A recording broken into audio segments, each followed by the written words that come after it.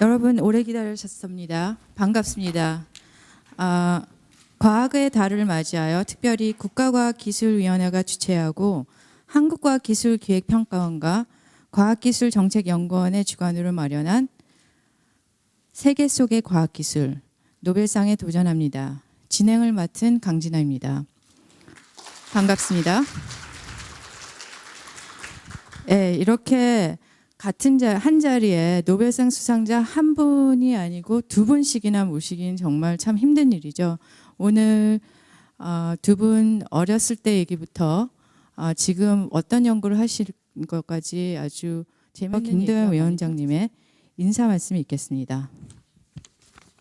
박수로 맞이해 주세요.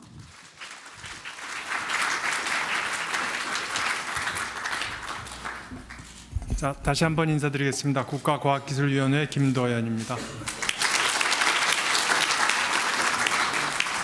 오늘 21세기 대한민국과 세계를 이끌어갈 젊은 과학자들 모시고 자리를 함께하게 된 것을 매우 기쁘게 생각합니다. 잘 아시는 바와 같이 인류의 삶은 과학기술에 의해서 바뀌어 왔으며 오늘날 우리가 이렇게 누리고 있는 안락한 삶 모두 과학기술의 덕입니다. 인류의 긴 역사를 통해서 볼 때 특히 지난 100년간에 이루어진 과학기술 발전과 그에 따른 삶의 변화는 참으로 놀라운 것이기도 합니다. 그리고 앞으로 젊은 여러분들이 살아갈 미래는 더욱 빠른 변화가 있을 것이 확실합니다. 물론 그 변화는 계속해서 과학기술에 의해서 유발될 것입니다. 미래에 일어날 빠른 변화를 주도하고 더 나아가서 그 변화를 인류 전체를 위해 좋은 방향으로 이끌기 위해서 우리 대한민국의 젊은 과학자들에게 거는 기대는 매우 큽니다. 지난 반세기 동안 우리는 기적 같은 발전을 일구었습니다. 물론 그 뒤에는 선배 과학기술자들의 애국심과 헌신적인 노력이 있었죠. 그동안의 과학기술은 주로 경제 발전의 도구로 인식되었지만 이제 대한민국은 그보다 더 높은 경지에 이르렀습니다. 21세기 대한민국은 새로운 지식을 만들어내는 기초과학에서도 성과를 높여야 할 것입니다. 기초과학을 통해 인류 전체의 삶에 기여하면서 대한민국의 격을 높여가야 할 것으로 믿습니다.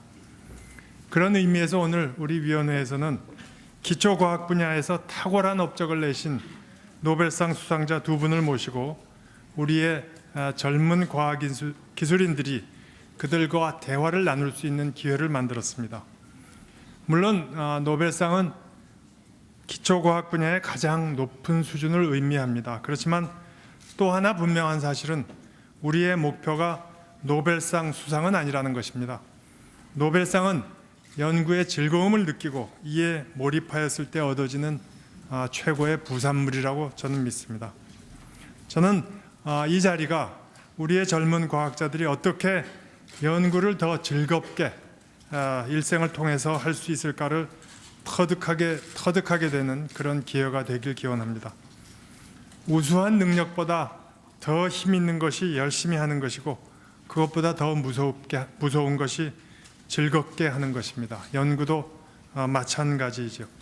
저는 그런 과정에서 우리도 머지않아 노벨상을 받을 것이며 기왕이면 오늘 이 자리를 함께 한 분 중에 그 영광이 돌아갔으면 좋겠습니다.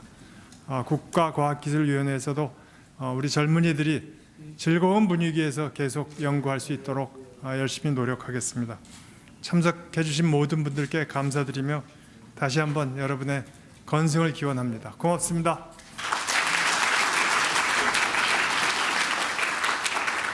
Thank you, Chairman Kim. And next, we have a 10-minute speech by Professor Lou Ignaro, and he'll be talking to you about his experience and his research. So anyway, it's a great honor and a pleasure for me to be here. And what I was asked to do is to talk about the future of science and technology and to give my views on that, and not talk about my own research. Next slide. Next one. Next one. I told you.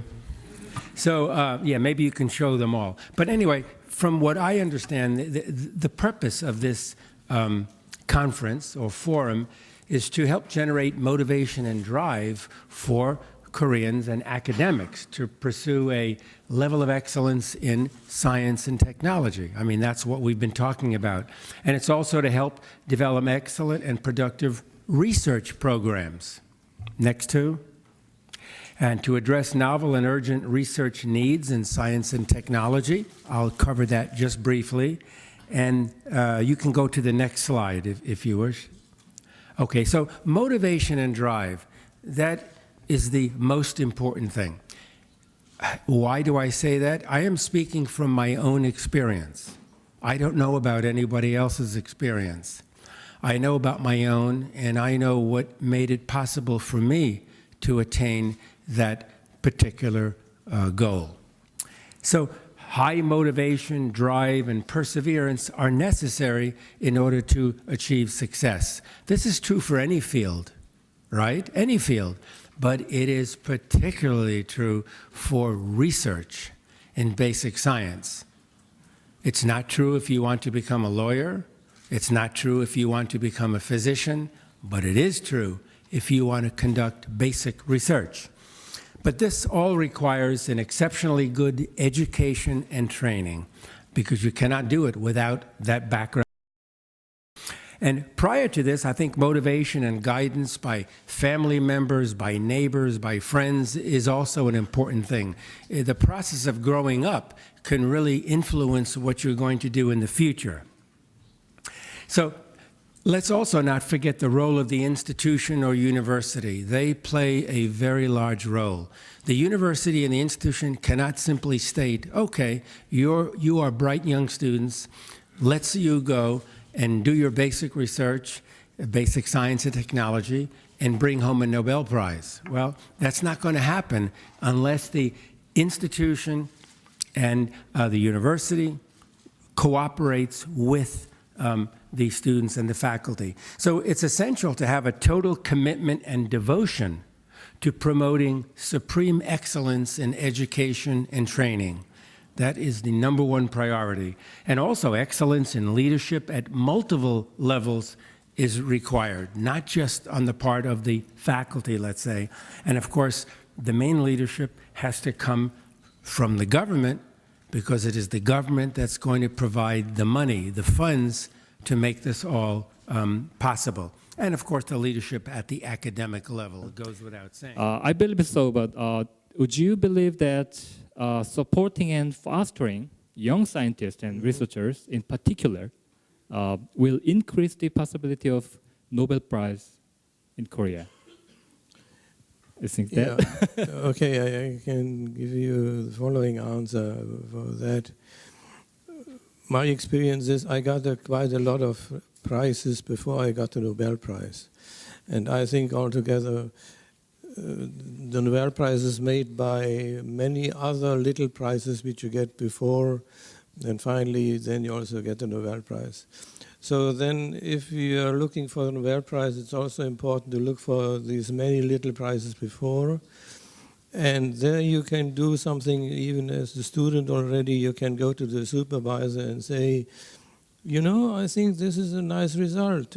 Why don't you apply to get me this and this prize? So if that is not organized by your physical society or other societies, then the students, I would like to encourage you to do that yourself, to go to the supervisor.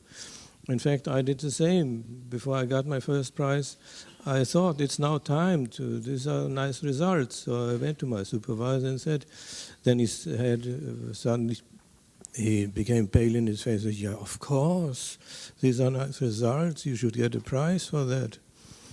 So this is what you can do yourself as students. Go to your supervisor. If you think you rewarded that, then do it yourself and get. Or it is then you would call the current society, or it is better organized in Korea than it is in Germany. In Germany, I had to do that myself. And if you are lucky that if you have a supervisor who is very active in these things, getting prizes, then he would do that. But if not, then you have to do it yourself. I got a really great impression about the needs of motivation in your speech. So I'd like to hear about your motivation that made you devote your life to research. Well, I've always been motivated to do research or research-related things. I guess I should tell you that starting from a small child, at 10 years old, for example, I asked my mother and father to buy me a chemistry set. Most children my age did not even know what the word chemistry was, but I knew I wanted a chemistry set so that I could mix chemicals together. So that's how I got motivated first. And I continued along these lines. And when I was in grade school, elementary school, high school, I always asked two questions. One was what, and the other one was why. It's just my nature. I could never go to sleep at night until I knew the answer to a question. And I did this all my life, and I was always motivated to do experimentation in order to get an answer.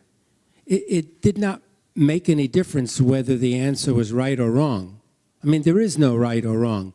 What you do with an answer is you look at it, and then you decide which direction to go as the next step. And then you keep taking it. If it's wrong, you have to change. If it's right, you keep going. And this is what I loved to do best. And that's why I stuck with basic science research. Well, thank you, and please have a round of. Let's thank them again with a round of applause. Thank you. 감사합니다. 감사합니다. 네, 감사합니다.